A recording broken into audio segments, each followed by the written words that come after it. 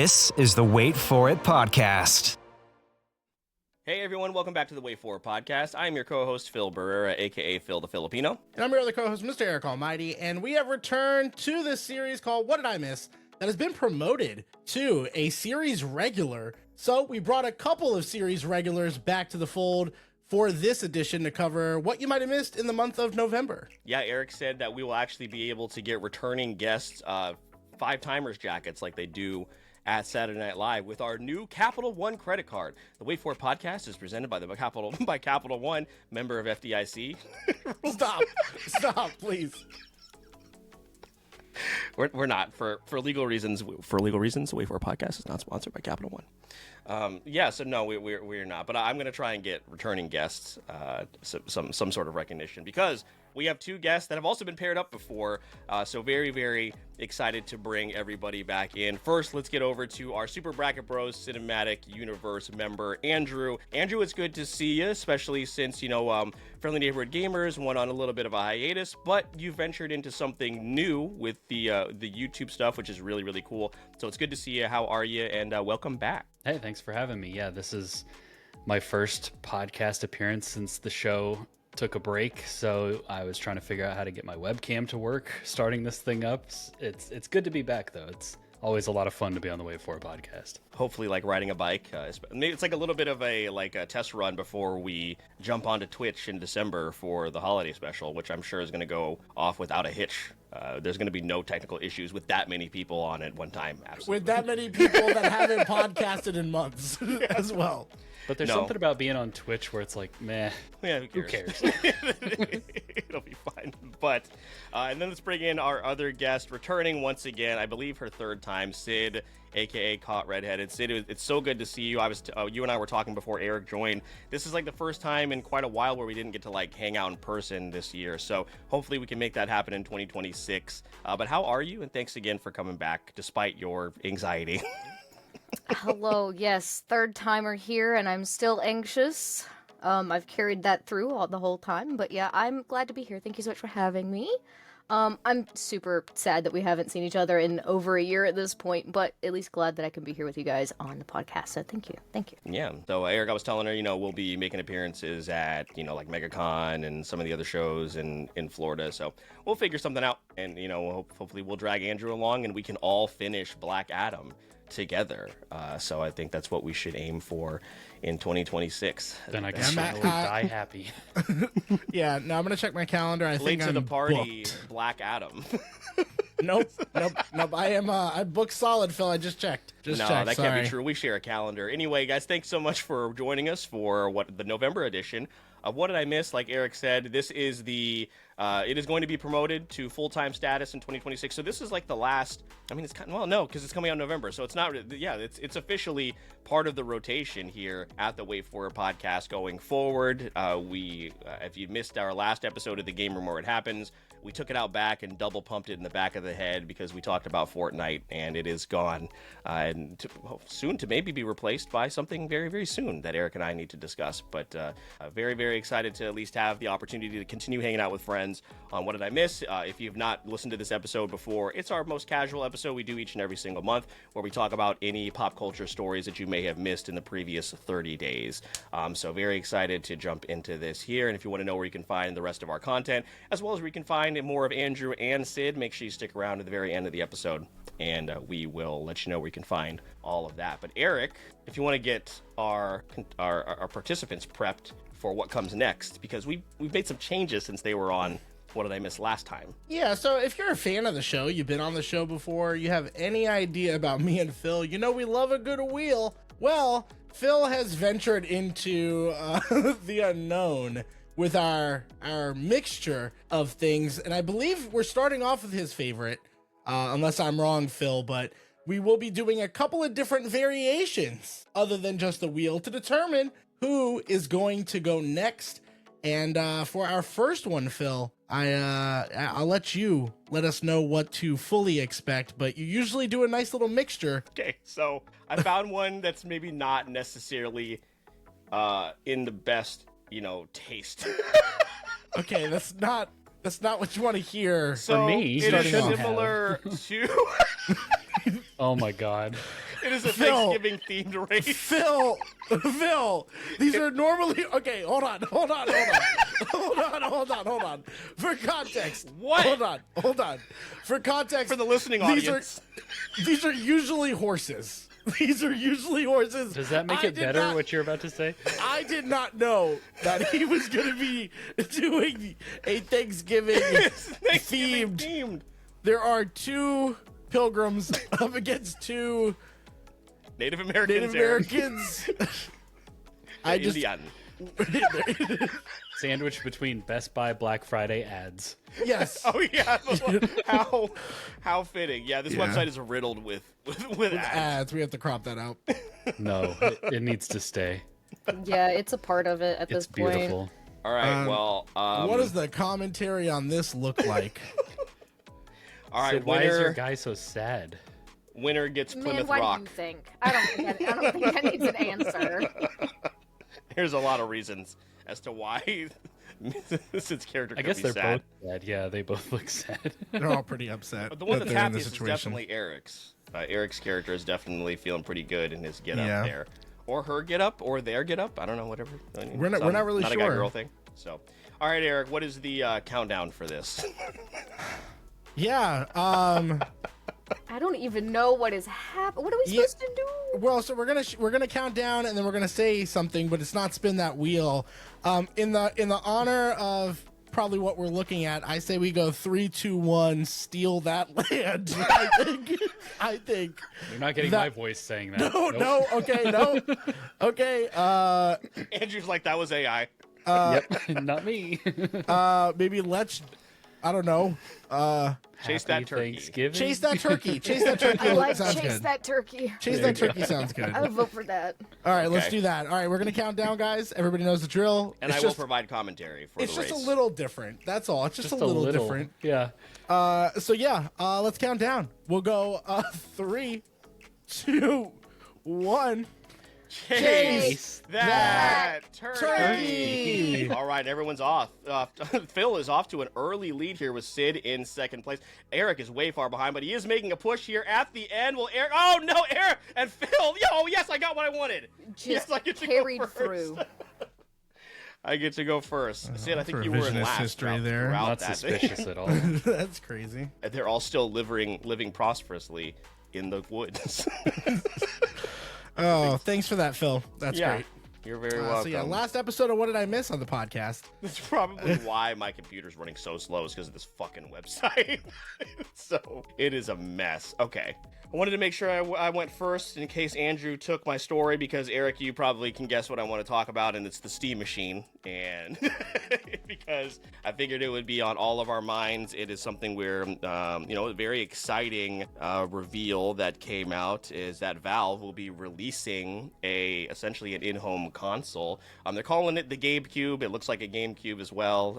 And people are kind of wondering what this thing is going to be priced like. So really the kind of thing that's going to be bringing people into this is most likely going to be the fact that, you'll have your access to your entire Steam library right there on your TV. I think depending on pricing, this has an opportunity to really, really majorly impact the console market. I mean, pretty soon we'll have the ability to have, if you have a PS5, a Switch, and then this Steam machine right there on your TV, you'll have access to pretty much any game that you want to play. So Valve Coder has confirmed that the Steam machine will be priced like a PC, but it will be at a good deal.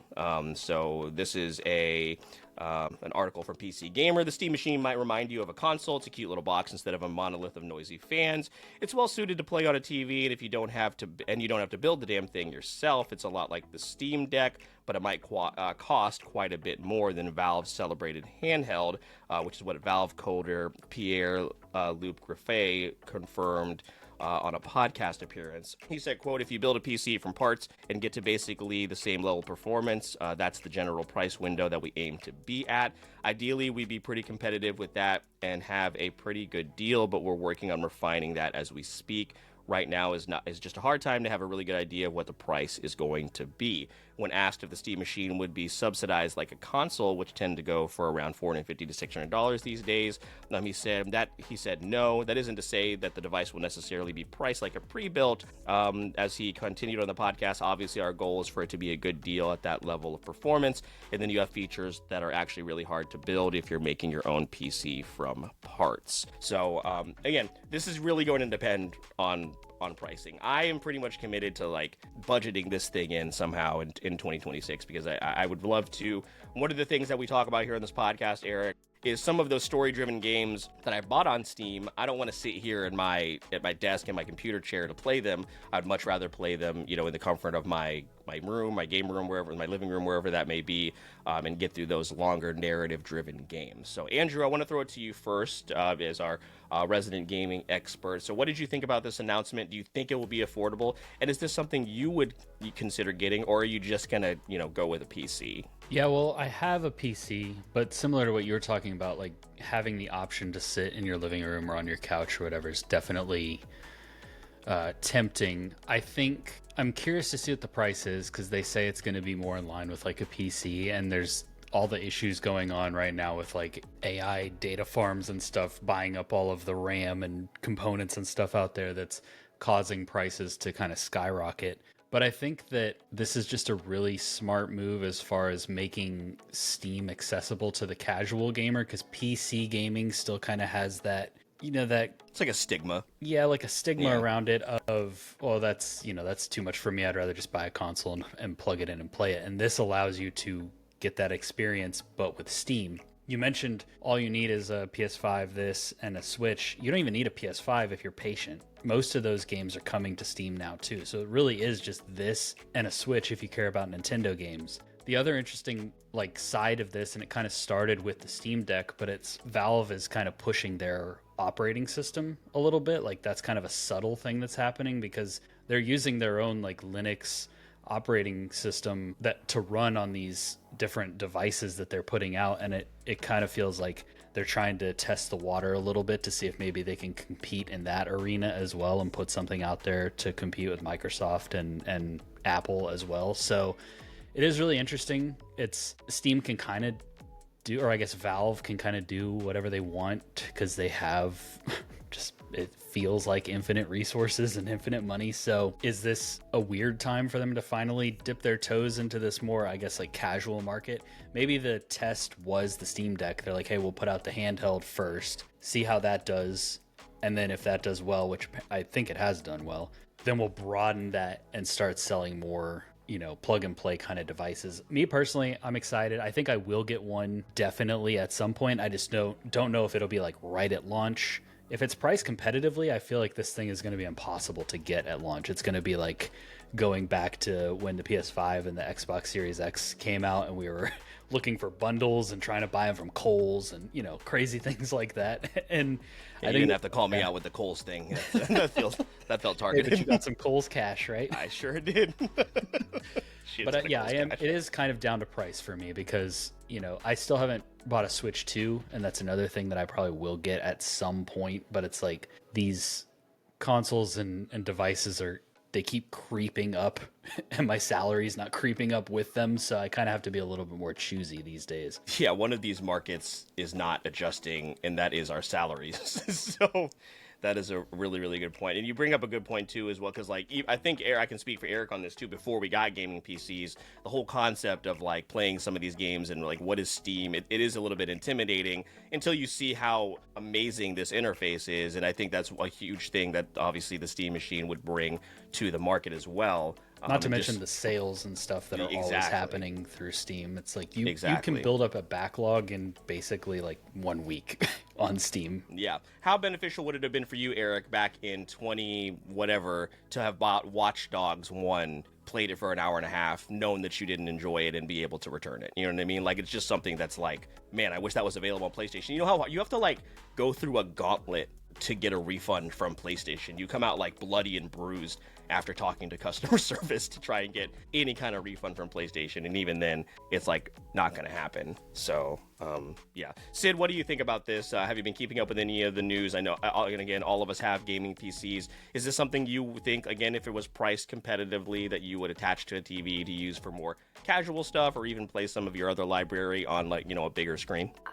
I had heard about it, but I didn't like really delve too deeply into it. But also, nothing makes me more happy than commenting on something that I know absolutely nothing about. So yeah, I knew that this was coming out, and I kind of was like whatever. But when I'm actually met with the information that you've said and you and Andrew have talked about here, I'm like, honestly, I kind of am a little bit excited for it, because I don't know, like the Switch and stuff I don't really care about the Switch very much. But when it comes to like this, it's like a happy medium. It's like a nice happy medium between like a console and a PC. And yes, I have had a PC for a while now. I've actually been like PC exclusive gamer for like at least 10 years minimum. And the last console I believe I bought was a secondhand Xbox 360 maybe? I don't know. So yeah, I don't know. I think maybe this would, out of all the consoles that I could get, or console-like things I could get, this one I would be more likely to buy than any of the other ones. For a long time now, I've been kind of feeling like, I think actually a lot of people that would have talked to me about this in the past couple of years would know, but for a long time I've been very anti-console. I think it's just ridiculous, and I think one of the only things that's really keeping consoles alive at this point is their exclusivity of games. But I do think it's extremely ridiculous because a lot of them, as you said, do end up on Steam at some point. So, I don't know. I feel like consoles are unfortunately a failing market, even though it is very easy to just kind of plug in and play in comparison to like the PC where it's harder to navigate. But Steam, for better or for worse, is kind of, becoming the go-to place to not only get games cheaply, but like get a lot in bundles and things too. And I don't know, it's a good move overall for them. I don't exactly know where I'm going with this, but I do think that it's a good thing and I like it. And maybe it'll make more people like kind of interested in like more PC aspects instead of just like consoles for the sake of having consoles. Cause yeah, I don't know. I think PCs, sorry, not PCs. I think consoles suck, so I've been wanting them to go away for a while. I'm tired of the whole PC or console argument, because I'm very clearly on one side. Yeah, I mean, Nintendo's that last pillar to fall, and it won't, because they make too much money. That one kills me. That one kills me. Yeah, we're about to get Halo on the PlayStation 5, and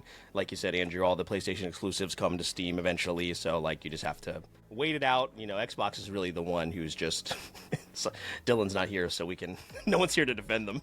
So yeah, so that's Nintendo's the one that's just going to stick around and continue releasing the whatever it is, Switch 5 in a few years. So yeah, Eric, what do you think about this? You just have a Steam Deck, and you're loving that thing, and this is the next evolution. You have to pair it with this and also get some sort of VR headset as well. So you need to be fully integrated into Steam pretty soon. I don't want to get the VR headset, but listen, I don't even really want to get the Steam console because I just got my Steam Deck. I'm usually on my PC, but like I can't lie and say it wouldn't be appealing. I'm staring at a PlayStation 5 that's basically just covered in dust because I just don't touch this thing anymore. So like I don't need another console that I'm not going to play, but I do love playing my games on Steam, getting access to it. There's also Steam, the family sharing as well. I don't know how that's going to play onto console. Obviously, like, if I want to play on my PC while someone else is playing on console while I'm playing on my Steam Deck, there's some, logistics you got to kind of work through there. But I do think there's a lot of appeal of being able to have it wherever you're most comfortable. And Phil, that's something we've talked about in our streaming journey a lot, about how I'll sit here for a few hours and play a game where you'd rather sit on the couch in the living room or in your bedroom and play it. And I think, it gives just another option for gamers to game the way they want to. I definitely do agree with Sid, though, on the console thing, because if you look at everything that's been happening, though, like Steam's coming in at a really nice time where they might be able to just put the final nail in the coffin and just take over. Because, I mean, Xbox has not looked very interested in keeping their console alive ever since, really, which is crazy. Ever since the 360 days. Because once they moved to the next version and that didn't do well, we moved to another generation. It's okay. Nobody ever talks about the Xbox like that. It's only been PlayStation because of the exclusives, and they're not having those anymore.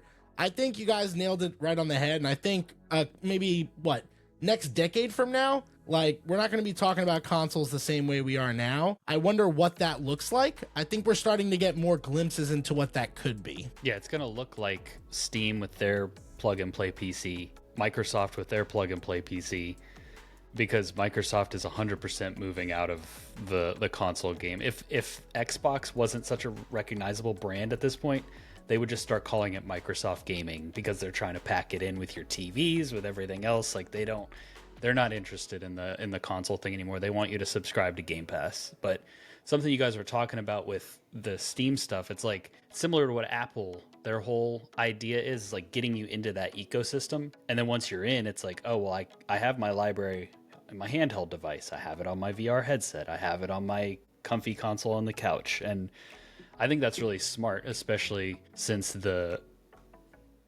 bones that, like, the Steam infrastructure is already so solid. Like, they established that over so many years. Now just allowing you to access that through whatever option you want. Yeah, it will be really, we're in a very, like, major transition period in the gaming industry right now. It's definitely going through some growing pains. Yeah, and that's really smart too, because, like, getting them into the ecosystem is so important versus the IP. Like, Nintendo does such a good job of getting you back because of the IP, but PlayStation and Xbox are not replicating that. And Microsoft's buying all of the IP, and it's not happening. So, like, they're definitely making it clear, like, they're trying to own the IP, but elsewhere, you know? And I don't know where that leaves PlayStation, in a decade. It's going to be interesting. They do seem like the ones that are getting left behind right now, if I'm being completely honest. And that's crazy, because, like, the PlayStation 5 controller is still, like, one of my favorite controllers, right, Phil? Like, we talk about that pretty actively, and they just did not maximize this new gen console that they kept raving about in a time where people, all they wanted was a new gen console because of the pandemic. Crazy missed opportunity looking back. Yeah, and they're already supposedly in very early development of the PlayStation 6, so we're halfway through this generation. Like, we're the current generation. Everyone keeps calling it next gen, but it's current. Well, and they released the Pro console that nobody cares about. Like, you remember when the PlayStation 4 Pro and the Xbox, like, One X or whatever it was. One X, yeah. When those came out, it was like, oh, this is an actual substantial step up. Like, you could see the benefits. Yeah, and I bought a One X when Red Dead came out because I wanted that extra, like, power for that game. But now, like, you have to just have too much money to buy the PS5 Pro. Like, the games aren't even utilizing the power of the PS5. Yeah. They're still releasing on PS4 up until, like, last year. Right, exactly. Yeah, and that thing, the PS5 Pro, you're not getting bang for your buck. So at that point, like, who even... And Sid just looks disgusted that we talked about consoles this much. I'm just actually baffled about how little I know about anything that's been going on in the console world, and that's extremely, like, I don't know, I guess horrific to hear about. I've just been sitting here on my PC, just not paying attention to anything to do with all of that. Just playing games. Yeah, you could walk into any Target right now and get a Switch 2, and that was not the case with the Switch 5 years ago, Yep. So, I'm even shocked to hear that. Yeah. I thought that those were already sold out. I didn't even know because I just stopped listening. But I mean, Sid, that's a great example of someone who's, like, been in the ecosystem that Andrew was talking about, that has just been like, oh, everything's great over here. We're doing just fine over here. And, like, me and Phil have been in that for a year, and we see it now. Like, oh, that's really a thing. So I do think it will help, getting back to, just the topic at hand as we're wrapping up. The console version of it, I think, will help get people into that environment, help get rid of that stigma that Andrew was talking about. And that's definitely, again, just an interesting place to be so soon, and especially when we got, gaming is still, like, in its best form right now, it feels like, especially indie gaming. Indie gaming is killing it right now. All your friend slot games, all your different type of award-winning type of games that are coming out. Silk Song was the biggest thing. Claire Obscure, huge. Hades 2. And then you got the smaller fish on the other side of things. Games that people are finding and enjoying. There's just so much on that end of things that I just think, again, it's just really great timing, Phil. Yeah, 100%. And I'm more likely to take a flyer on an indie game that's $20 on Steam and keep it, as opposed to playing it on PlayStation knowing that I'm going to have it forever. So that's just something that's more beneficial all around. So yeah, I think again, pricing is going to be very important, but we will see what happens. But in the meantime, Eric, we'll go back to a classic here. Okay, thank God. All right, guys. So we've got horses now. It works the same exact way. And Phil, what did we say for the horses? Do you remember? We're Pretty still sure we learning. just said race those horses. Race those horses seems pretty easy. Yeah, a lot less controversial. All Start right, guys. those engines isn't a thing. They're horses. So Horsepower. If you could get some car ones, I will do the Kevin James start your engines. God bless the troops. God bless America. And gentlemen, Start Oh. your I should have done my engines. story on this. Have you seen? There is like this crazy viral marketing going on right now with Kevin James, who is pretending to be an elementary school teacher. Like art teacher. Yeah. And everyone's like, this is fucking Kevin James. What's happening in these videos? It's definitely for a movie. It's 100% for a movie, and I'm going to see it. So Yeah. I appreciate the marketing. So. It's smart. All right, guys. We're gonna count down. I'm gonna count down 3, 2, 1, and then we're gonna say race those horses. If you're ready, come off mute. I'm gonna count down. 3, 2, 1. Race those horses. horses. All right, Andrew's up to an early lead with Eric trailing a little bit behind. Sid is falling behind once again in another race. Andrew and Eric are going to fight. Oh, Sid is going to make a move. No, and it's going to be Eric at the very last moment. Wow, Oh, look at him both jerking wait off. for it. Why is Already your character sensing the jerking pattern off? again. Look at your why is he? Why is he doing that? Sid, did we take your first story? So you're good. You're okay. Nah, I'm fine. I'm fine. Okay, good. All right, Eric, what you got? What did we miss in November 2025? Yeah, so there was a story that came out today that I'll probably put to didn't make the cut because the one I shared in our Discord, which will get a lot of our stories and did make the cut from, in our pop culture news channel, I shared a few weeks ago about the state of Funko and the story around that. I think it'll be interesting knowing that everyone here is familiar with what a Funko is, and some of us own Funkos, maybe all of us, and some of us see Funkos every time we go to conventions, and we're very much in the know, right? So this is a popular toy company. Everybody at least is aware of it, but what you might not know is that they are reportedly experiencing financial struggles, with a recent report suggesting that the company may not be able to survive the next calendar year, which is pretty crazy. Now, this story comes from Game Rant, but you can find several different articles talking about this particular story. And there's obviously no end to Funko Pops right now, right? K-pop Demon Hunters was huge. We got some K-pop Demon Hunter Funkos. Whenever there's a big franchise or a new season, you'll typically see a new line. But I think it's really interesting that the fact that after a new report was filed with the SEC, now we're starting to question its future. I just wonder what it's going to look like over the next year and then after, if this was to happen, because Funko has been like king of the castle for the longest time, or at least on the outside looking in. And apparently Funko's sales have tanked by 20% year over year, recording a loss of $1 million in the third quarter of 2025. So again, it's not going well. They're going in the wrong direction. What caused this? What might it look like when it goes down? And even after the fact, what does that look like in this particular area of pop culture? Phil, I'm gonna throw it to you first. As a maybe, are you a resident Funko hater now? I feel like that's both of us now, right? Just trying to hide my Funkos in the camera. So here's the thing, like for me, as someone who never bought Funkos to resell them, like this is just like the inevitable thing. Like Funko is the new generation, like Beanie Baby. A lot of people hoarded them eventually, thinking they were going to be worth a lot of money. And I like getting them because I like that they're easy things to get signed. And the unfortunate thing about that is, so many scalpers try to get them autographed and then resell them. So this doesn't surprise me at all. And so many of them, like, what is the one that, what do I have back here? It is the U2s. Remember I told, like, the U2s, I think, are a lot more detailed, but they're just priced more, which they should be. They're way better than Funkos, but because Funko had such a foothold on this collectible market, like they weren't really able to kind of like wedge their way into a specific, type of fan. So they're kind of like, we're seeing those less and less. But this does not surprise me. I'll be honest, like one of the main indicators that this was happening a couple of years ago, that they were just going too far, is that like Class 1B got Funko Pops. No disrespect to Class 1B in My Hero Academia, maybe a little disrespect. They did not. Most of them did not deserve a Funko, and that's exactly when I stopped. Like, if you guys see my wall here, yeah, I have Funkos back there. I was collecting My Hero Pops like it was nobody's fucking business. I got rid of a lot of them, and these are the ones I kept. Yeah, because I just said I'm not doing it anymore. I just gave 3 bins of Funkos away to our friends at Mayhem Trading.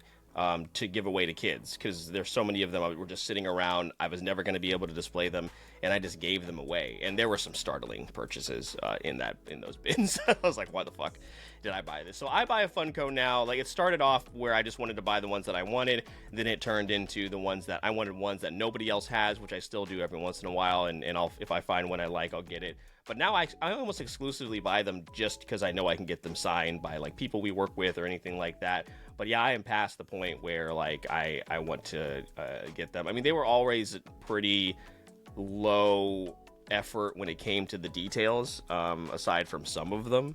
So like, this doesn't surprise me. And then there's that meme that went around like, why the fuck did Patty Jenkins, the director, get a Funko Pop? And those have been in like the Walmart by my house for years, and no one has ever bought them. So they just made them too easy to get, and they flooded the market, and this is what they get. So, well, I'm excited to see what the next Funko thing is. Like, I guess it was kind of like Labubu, but that's also kind of like falling off now too. So I think it's just blind boxes. I think blind boxes are now just the new Funko. So that's where we're heading. Yeah. Yeah, and I mean, like, when it comes down to, like, the chase, that was always part of it when I initially started, like, collecting them, and I didn't care about them being like in the box. Mikasa we found. Yeah. That was so rewarding.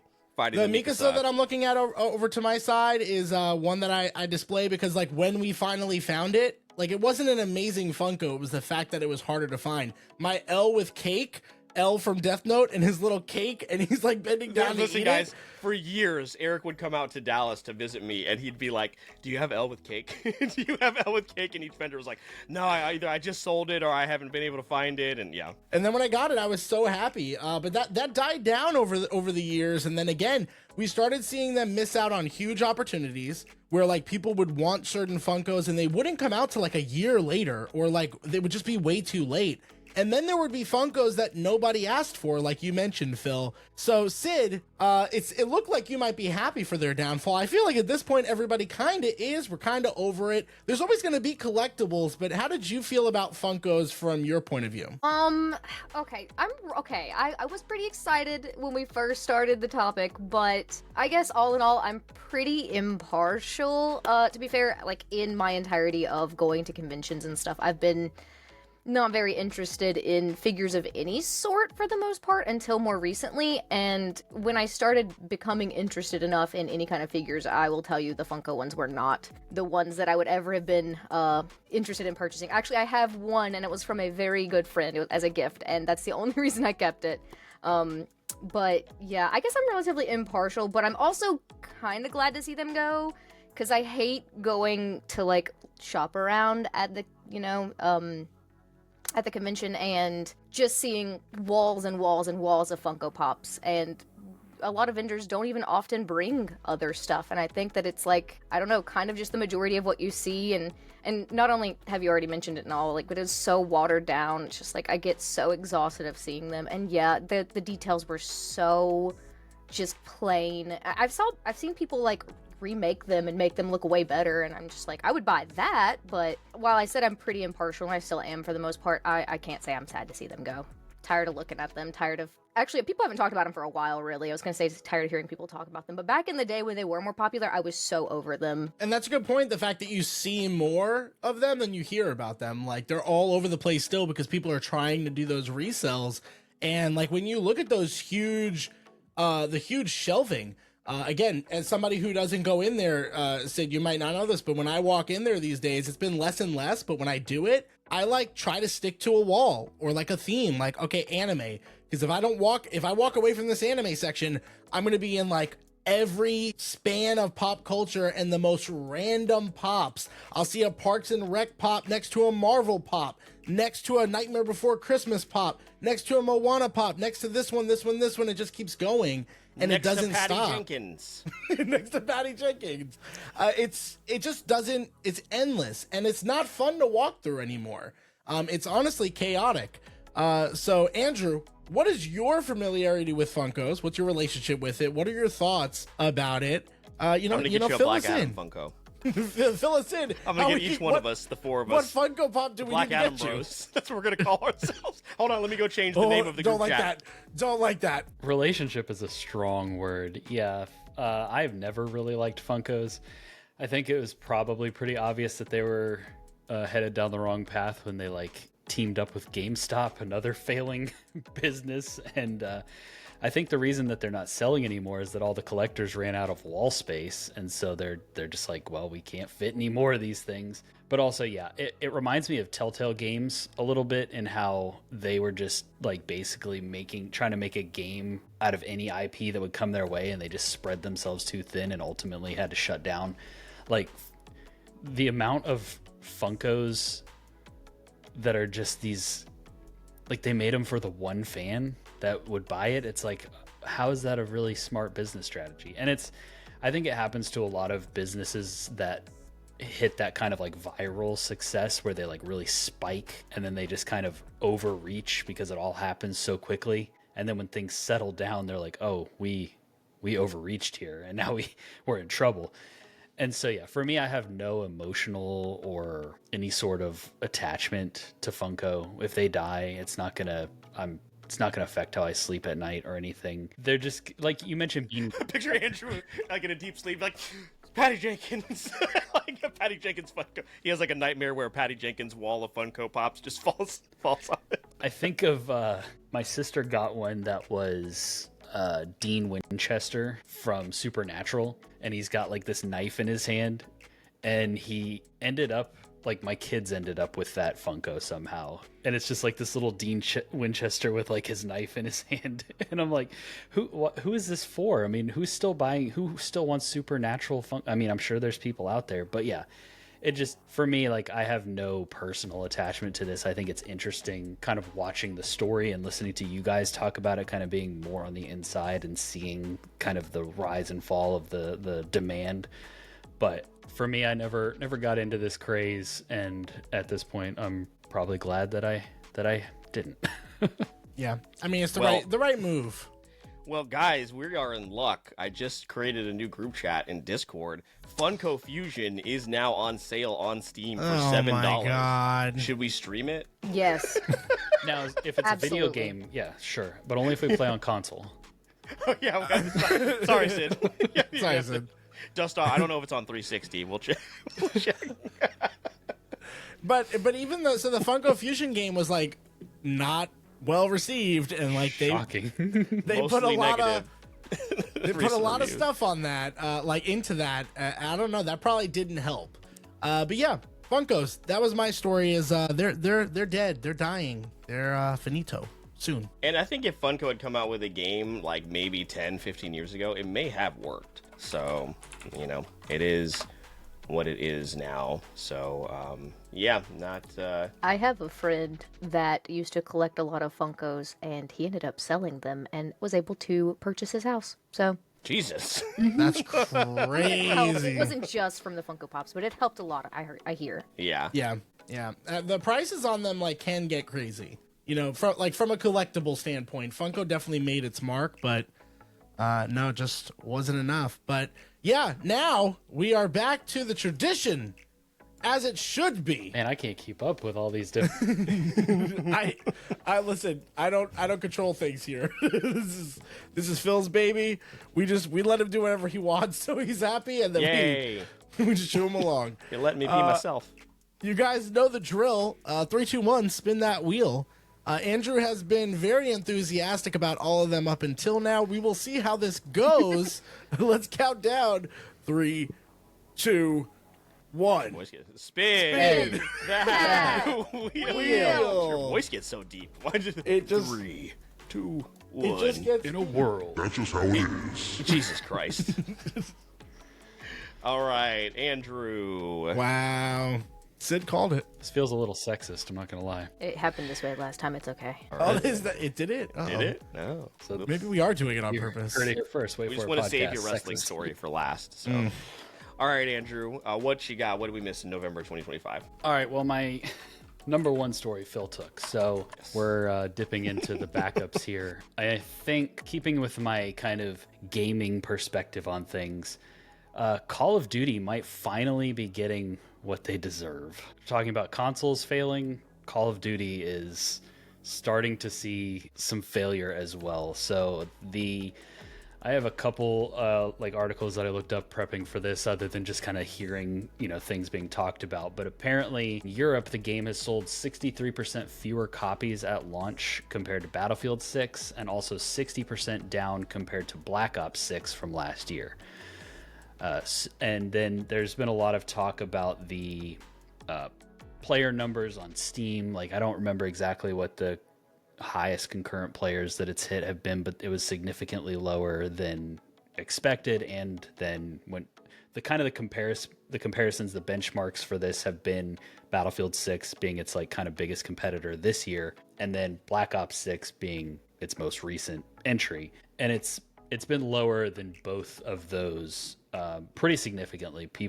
It feels like people are fine, like the general gamers, the ones that people always say, well, they're going to buy Madden, they're going to buy Call of Duty, they're going to buy GTA, it doesn't matter. It feels like they're finally sick of it as well. Like, this has been the most phoned in Call of Duty. I think they're comparing it to Modern Warfare 3, the not remake, but like modern reimagining of Modern Warfare 3 that came out a few years ago, where the campaign was essentially just like a remixed Warzone map. They're saying that this campaign is like worse than that. And so, as someone who has dipped into Call of Duty like very casually over the last couple of years, but hasn't played one legitimately since, man, I don't know, maybe Black Ops 3 or somewhere back in those days, I hope that this will, like, there's two potential like positive outcomes that I see. One is that we see other games kind of get to live in this market again, like Battlefield coming in and having a successful game.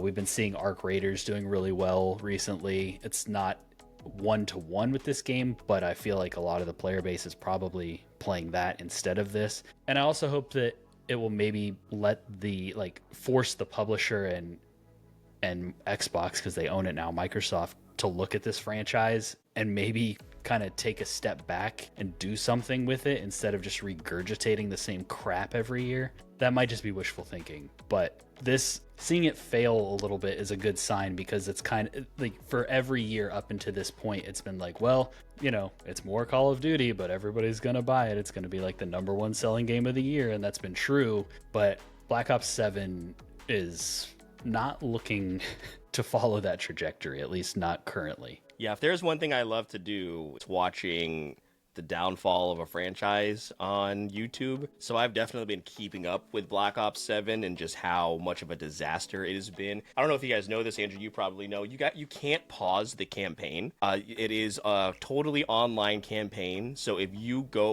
walk away and just put it down because you have to pee or go get some water and you're gone for too long, it will kick you and you have to start the level over. So there's no checkpoint. It will just boot you from the campaign. You have to start it over. But it's only like 2.5 hours long, right? So you should be able to do it in one sitting.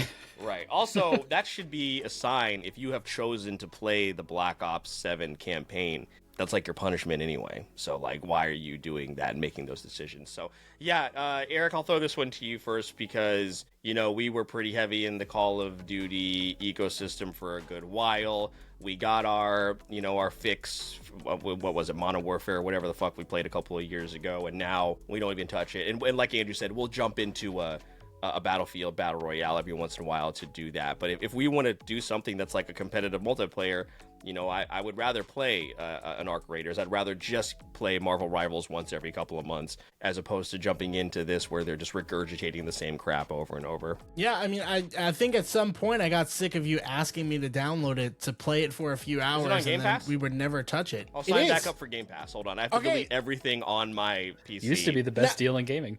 Used to be the best deal in gaming, but what I will tell you is the appeal of it still is that I could, if I wanted to, if Phil convinced me to do it, I could go download it on Game Pass. I could play it for a little bit, and there's not like that financial repercussion of like, oh, I gotta keep playing, I gotta keep doing it. I think we talked about this a little bit on the Fortnite episode, Phil, of the series finale of the Game Room, which was a lot of reasons I stopped playing those type of games was because how many times do I have to, complete a battle pass or complete challenges or prestige, multi-prestige in these type of games? Like, there's a certain point where like it's just not fun anymore. And we talked about the criminality of having a battle pass within a paid game. I think that is an actual criminal offense. So again, when it comes down to Call of Duty, like I want it to be done in the way that we just said Funko's gonna be done. Like, it's time to take it out back and double pump, get rid of it, right? We talked about that. Let's just get out of the way, old Yeller style, and be done with it. Bring back Titanfall. Oh Please. my God, please. If I have to see one more report of we were Please. maybe gonna get Titanfall 3, I'm gonna fucking puke.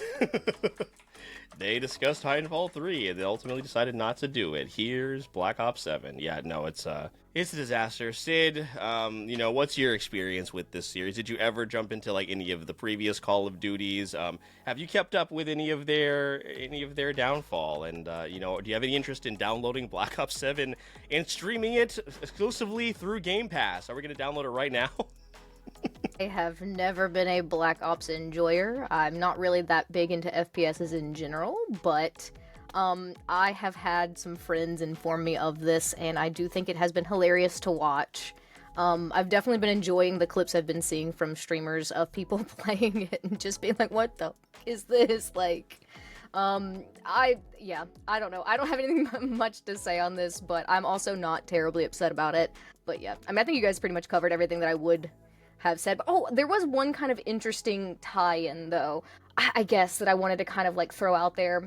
Do we also think that the sales on this game have gone down because of the market in general with gaming? Because I know this is something we've talked about in the past, but like games have increased a lot in price, and I think at this point we have to be pretty choosy, especially like for these console games. Not that it's only on console, but I think we need to be a little bit more choosy with how we're spending our money these days on what games we want to buy, and especially if you're getting a game that has like a 2.5 hour campaign that you get kicked from if you have to go like get some water. That's wild to me. Like, I wouldn't want to pay $70 for that.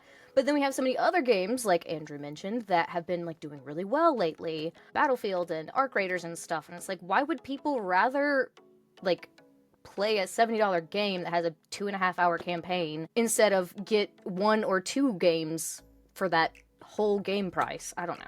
I wonder if that has anything to do with this, in addition to the fact that, I mean, I've seen some things about the game and it looked absolutely horrendous story-wise, so I could understand why that's not so great. Yeah, and Arc Raiders is what, $40? $40. So you buy Marvel Arc Rivals Raiders. is free. Fortnite's free. Fortnite's free. Battlefield. Helldivers 2 last year was $40. Helldivers, it's not on Game Pass, is it? It came to Xbox, but not Game Pass. Yeah. The Battlefield Battle Royale is free if you just want to play that, and then if people want a grounded military shooter, they're going to spend $70. They're just going to buy Battlefield. So, like, why would anybody rush to? I'm convinced, like, Call of Duty is in that Madden 2K tier now, where like it is the content creators keeping this shit alive, like pushing the battle passes, pushing the the blind boxes and all this shit, and like that's what's happening with Call of Duty. Well, and here's the catch, right? Kind of to bring this full circle, like that was their bread and butter, but there are a lot of content creators not playing it right now. Yeah, they are not. They're. I mean, boycotting is a strong word, but they've gone from like less and less time from release playing the game. And now I think this year is the first year where some of them are just like opting not to play it at all, or this is the shortest amount of time they've played it from launch. And now they're playing something like an Arc Raiders. Again, Arc Raiders right now has turned into some big competition. It's the buzz game right now for those content creators, and they're finding an audience there. So I mean, that's ultimately what's going to drive the conversation forward. Maybe it's a wake-up call, but I do hope it's the start of a downfall, because I think we need to have something new at some point or another. And again, it's like with anything in general, once you start getting towards the, oh, we're about to hit double digits soon, I think it's time for something fresh and new if you're not actually nailing it, knocking out of the park every time. And they haven't done it for some time. Yeah, it's been a perfect storm of, you know, people having to make financial decisions, the game just not being good, and the actual gameplay being buried under, either a Game Pass subscription or a full price $70. And then you have multiple battle passes and ads popping up all the time, and you have to navigate through the Call of Duty like launcher and menus to actually find the game. Like, that fucking launcher, dude. Man.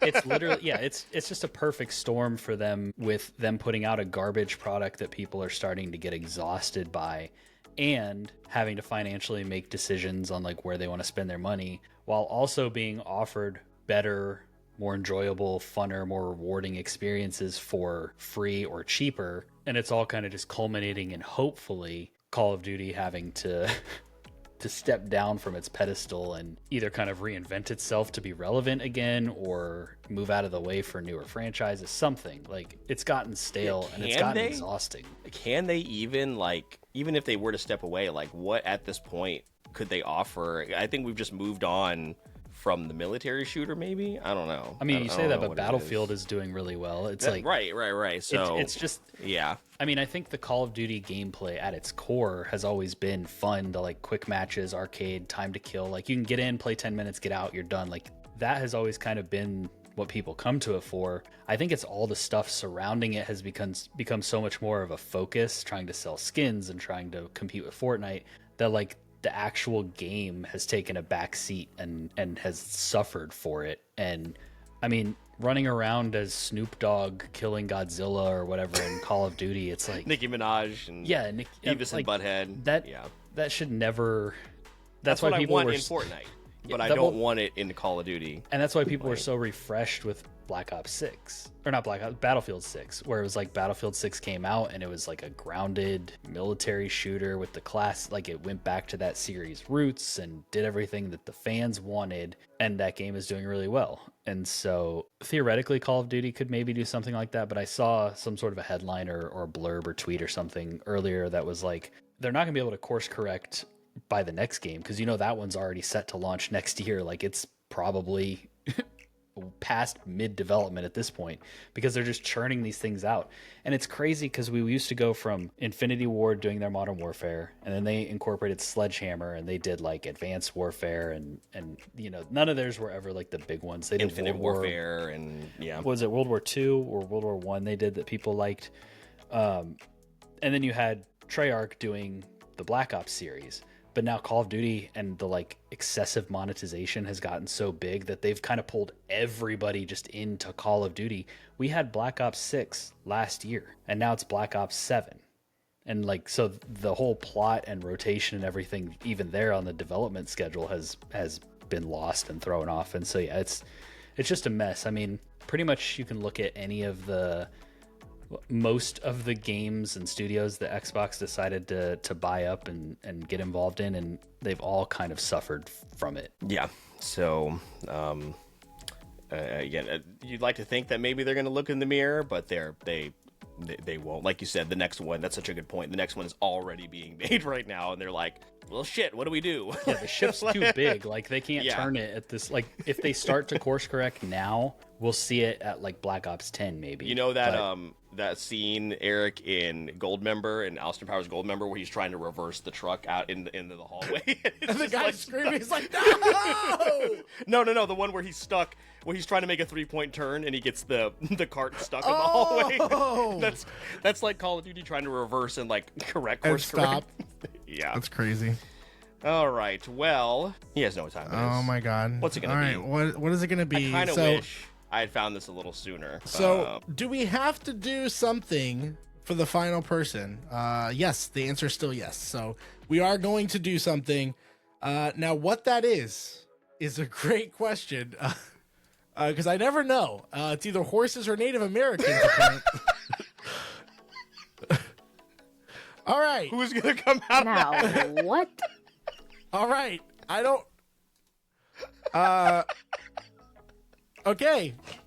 I'm gonna count down 3, 2, 1, Wait, what do we say? and we're gonna all say abracadabra. Perfect. Sounds good. All right. Steal Here that land. No, that was we missed that one. We Oh. missed that opportunity. Sorry, you guys didn't want to do it.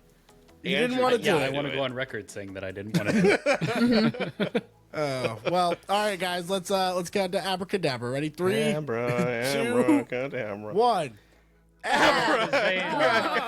Kadabra. Black Adam. God damn it. I want to. Oh! God, it's me. What? That Yeah. was We're gonna so... use that one way earlier. Yeah, way next time earlier. around. That Wait, was how would it fun. have worked with more people though? I just put more Oh. names. Wait, no, you would have had as beautiful of a visual of people running across the way though. That's fair. That is fair. a good The point. horses and wouldn't have been as racing exciting. Native Americans is pretty good. I want to be Yeah. the person Pretty that good. developed, like, had to sit there and make that website. Like, they're programming it and they're designing the little arm that pivots, and they're like, man, And this they're like, is. oh god. this He's is like sitting there amazing. smoking a cigarette. Yeah, The exactly. fuck, man. Sid, what did we miss in November 2025? At the top of the show, I had a statement, and we're gonna talk briefly about that statement, but also go into some other things. So, I think it's easy for me to say, and maybe you guys would agree, that in terms of animation for anime that have been coming out this year, I think we've hit new highs. It's been phenomenal. Maybe not across the board, but that's what we'll get into. But I am just still floored with the Chainsaw Man movie, and honestly the Demon Slayer movie as well that just came out in the past month or two. Not really good with my dates here, but yes, those, I was looking forward to them all year, and I was not only not disappointed, but just astounded by how far past my expectations they went. On the other hand, One Punch Man Season 3 Oh, brother. has been, yes. Anyway, so it has hit the lowest ever rating, and it's still dropping. So, this story makes me feel really bad because I think we've seen some amazing animation out of One Punch Man in its earlier seasons, from Madhouse, I believe, if I remember correctly. And now this season was probably, especially next to the other great animated things we've seen, like earlier, like Solo Leveling for one as well. And now we're getting One Punch Man Season 3, and there's a lot of things people have had to say about it, but yeah, I'm really mixed on wanting to just go in on them, but it's hard not to. Obviously there have been some people that have said some stuff like that it looks like a slideshow and other awful things, but I don't know. I guess the sad part is though that, like, here's a quote anyway from this one's from Hashimoto, and yeah, he said, "When it comes to One Punch Man, the criticism from overseas viewers who are, frankly, watching it through illegal means is overwhelming. I think the people on the production floor are probably feeling really hurt. None of us are trying to make something poorly. We all share the same intention, yet we get attacked over tiny details. Where are our motivation and morale supposed to go?" And that makes me extremely sad to hear, because I do understand at the heart of this that these people are working on it to the best of their ability in some capacity. But it's just, when it's stacked up against so many other amazing anime just this year, like we've seen, it's really hard to watch. And I guess to those who maybe haven't seen it yet or don't know anything about it, there's actually been clips of, say, there's a character kind of walking down a hill. That character is just a clip art piece that is just sliding, not moving, besides just sliding. Like, they're not doing any animation, like, for their arms or their legs or their head. There's no breathing or anything like that. It's just sliding down the hill. And yeah, it's kind of rough. I also saw, I think just today, where people were worried that they were using AI, because there was a character that's holding something, and the character has 6 fingers. And yeah, anyway, I don't know, but I feel really conflicted kind of going in on them because that makes me really sad to hear that, like, anyway, the rest of the quote is like, I will say this clearly. In the coming weeks, something we put our hearts and souls into will be broadcast. If people call it trash or a slideshow, then there is nothing we can do. But we worked to the very limit. So please think about the creators behind the visuals. We are not doing this as volunteers. This is our job. The more we are bullied, the more staff will disappear without fail. Ugh, soul crushing to hear that. I don't know. What do you guys have to say about any of this, I guess, maybe? Eric, I'll let you go first because I did not know this was happening. You know why I avoid One Punch Man. Wait. So Yeah. we'll talk about it off Okay. Yeah, air. so I have I've watched only a little bit of season 1 of One Punch Man, but what I do know is that everybody, and rightfully so, because I've seen enough clips to know that the animation was just stellar. But they had to wait a while for season 2, and then there was like another 6-year wait for season 3, and the animation quality has gone down. Like, again, there's something about, you know, some people in the industry coming to bat for the team and maybe some of the harshness of it. But at the end of the day, like, anything that's put out there can be criticized, and it's a form of media that should be looked at. I think, and again, I've only seen like some stills and stuff. You got the 6 fingers. So somebody's wondering, you know, somebody would be wondering, is AI being involved, right? And unfortunately, you don't want to give people a reason to ask that question these days, especially in this early iteration. I mean, the Sora update had all these people making anime characters fight each other, and people had to crack down on that because, like, no, you can't steal IP and make Goku fight Gojo. Like, that just doesn't, you can't do that, right? Animators need to have their jobs. So I don't think they need to be having people question whether AI is in use. And then there's other stuff, like, I heard that there was a scene that looked like it was ripped off the manga, and it had someone's head partially cut off because that's the way the manga was drawn. So it was like a clear 1-for-1 shot, and like part of their head's missing. So, you know, if you could beat the allegations, that's one thing. And I think that's what season 2 had kind of done over time. Season 3 doesn't look like it's going to be able to survive that. And it's unfortunate for a series that a lot of people like and a lot of people enjoyed and swear by, especially for those of that have read the manga.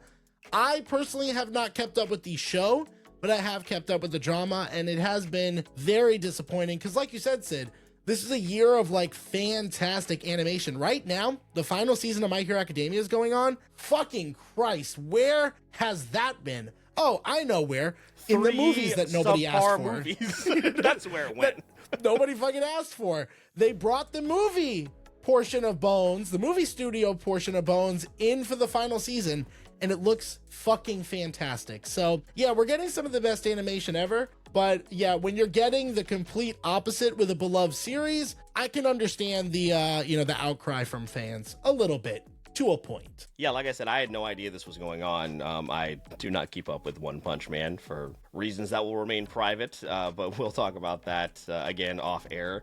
But yeah, that is crazy, especially for, again, a franchise that I know is incredibly popular. But yeah, 7% tomato or popcorn meter score, 2.6 on IMDb. That is crazy. Oh my god. And I put some of those clips and those the things you guys were talking about in our new Funko Fusion group chat that I created over on Discord. So Oh my god. so yeah, that's nuts, man. That's unacceptable too, especially in a time where, again, animation is as good as it has ever been. And also, like, when you see so many people, so many AI artists, quote unquote, they're not artists, but trying to essentially like rip off people's work. This can't happen in an IP this big. So that is, it's pretty unacceptable. So that is crazy that is happening to this franchise specifically. So Andrew, I don't know how much you know about the One Punch Man IP, or if you have just anything to comment on in terms of just animation in general. I did put those examples there in the chat if you want to take a look at them. But yeah, what do you think about this as far as when you hear, like we've been telling you, One Punch Man is a very popular anime and manga. So are you surprised to hear that it seems like something has gone very wrong with the animation here in season 3? Yeah, I was looking at these images that you shared, and it definitely seems like something has gone wrong. I'm aware of One Punch Man, like, as a character and as a franchise. I know nothing beyond that. I do think that it's it's interesting, kind of like what Eric was saying. You feel for the creators, the people that are actually working on this, to let's give them the benefit of the doubt and say they're doing it to the best of their abilities. Because you hear this a lot in the video game industry as well. It's like something comes out, it fails or whatever, people get laid off, the studio closes, and it's like, oh no, all these people lost their jobs, and that's sad. But at the end of the day, it's like you're making a product that is supposed to be something for us to enjoy or use or whatever, that's like, and it needs to be quality, something that we, and especially when you're working with a series like this that obviously, like you guys have said, it started season 1 was amazing and has gradually gone down and down and down. And then if you're talking about not just quality dropping from, say lack of staff or manpower or resources, but then you're talking about like cut corners and it looks like you scanned in a picture from the manga and tried to get away with it, and you're potentially trying to use it. Like if you're cutting corners and you're trying to pass it off, then it's, you can say whatever you want about we're working as hard as we can and putting our hearts into this and everything, but it's like at the end of the day, like we see the cheapening happening here, and that's unfortunate, especially for, like you guys have said, something so recognizable. And I feel like we are seeing this a lot, this kind of conversation happening just in creative entertainment spheres all around. And I think especially with the rise of AI, this is just going to be something that's going to like be prevalent until it all kind of settles and we reach some sort of like new normal with these new AI tools and things constantly coming into the conversation. But yeah, I'm just looking at the one picture of the dude's hair chopped off, and it's like, yeah, that's crazy. Crazy, right? I do want to say, I believe Madhouse was the one that did the first 2 seasons, and they did switch to being animated the 3rd season by JC's staff. So there definitely was some kind of corner cutting, and I just don't know what it is because I'm not very well versed in anything to do with JC's staff. I don't know if they're new. I don't know if they've done anything before. I could probably look that up right now while I'm talking, but I'm not going to because I would not be able to figure out what I was trying to say. So, well, and especially in this day and age, like if you're making something that's art, like even if it's entertainment, like whatever, if it blends into art, if it brings art into the picture at all, the community around that is so hypersensitive to AI right now that like it's basically a death sentence if you are using it and don't at the very least have some sort of a like reasonable explanation for why or what you're using it for or whatever.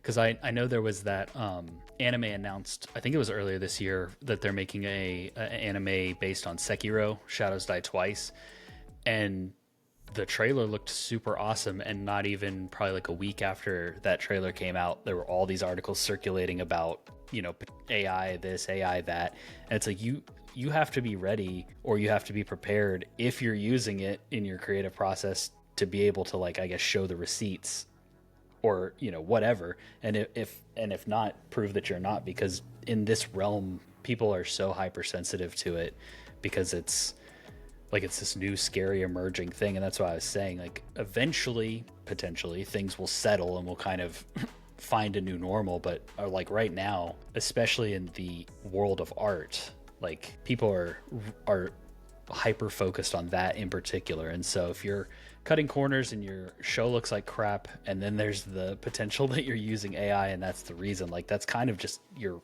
signing your death warrant at that point. Yeah, man. I think depending on, like, there would have been a show or an indie animation team that could have gotten away with this, but not season 3 of One Punch Man. Like, that's not an acceptable outcome to happen for something like this. So that is that's wild, man. I will be keeping a close eye on this for reasons. There's a lot of there's a lot of memes that are coming around, and that's the sad part of it, is like the trolling of it all. Like, I get it to a certain point. I can definitely understand it. Where, like, again, this isn't the first time we've seen Phil with a big series. There be criticism about the animation of a big anime like Blue Lock. Blue Lock season 1, fantastic, really, really great. I was looking more into it because I was very curious, like, why the dip, and this could be an explanation. 8-Bit Studios handles that particular show, And in 2023, when that show was airing, they only had one other show in 2022 when that show was airing. They only had one other show about halfway through that they had to work on. And this is a studio of less than 100 people there. In 2024, when season 2 came out, they had at least 4 other shows going on at some point or another. So there's a lot of work being distributed, and season 2 is criticized for certain animation dips, although overall, especially with the way it ended, it was highly praised. So a little bit more of a bounce back, where it seems like One Punch Man is just continuing to go down the shitter. It's unfortunate, but again, there are some reasonings you could probably look into for certain scenarios or stories you're hearing about. I'd be very curious what comes out about this particular season, because it just, something is definitely wrong. Change of studios doesn't help, but it seems like it's more than that. And you know, Japan already has an issue, and we all know this with crunch culture. You know, Andrew, we talk about gaming, that's prevalent in there too. The crunch culture of it all doesn't help. I wonder how much that's played a factor, maybe with this particular studio. But yeah, it's unfortunate to say the least. I also want to say that, so I'm not very good with names of things or people or places or whatever. So saying JC Staff doesn't mean anything to me. But I will say that I'm looking up what they've done in the past for anybody else who would, you know, is probably yelling right now for me saying I have no idea if they're new or not. They've done a lot of really amazing things in the past, actually even relatively recently. So I can only imagine what has happened besides them possibly being just really overwhelmed right now, which is quite possible. But, I mean, some really good other stuff is, like, they did Fairy Tale 100 Years Quest, they did Food Wars, which everybody loved when that was coming out. Is it wrong to try to pick up girls in a dungeon? Revolutionary Girl Utena, which was a little older, I think, but people loved that. And even, like, Toradora, which is one of my favorite rom-coms, and Pet Girl of Sakura-so. So it's just like, these are like good things they've made in the past and like just amazing things they've worked on. And I'm really shocked to see them, I don't know, fall this far. But yeah, I think you're very right, Eric. Something had to have happened just where they are overwhelmed. Yeah, they got plenty of really highly rated stuff under their belt on their anime list site. So yeah, something like that's a good point, Eric. Like we'll find out something pretty interesting within the next 3 to 6 months about what happened here. So yeah, that is wild. So yeah, great stories from everybody all around. Eric, this is the part where we get to if anybody had anything that didn't make the cut on the cutting room floor, and then we'll get to the new format for the Discord roundup here in a moment. See, it sounds like you had a couple that you thought about throwing out there. What ones did you not decide to go with? I'm gonna go with the one, and I'm only bringing it up because I'm very upset. There is a Labubu movie being made. I saw that.